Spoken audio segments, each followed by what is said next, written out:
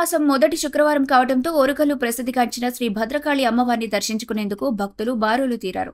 శ్రావణ మాసం అంటేనే మహిళలకు అత్యంత ప్రీతికరమైన నెలగా అందరూ అనుకుంటారు.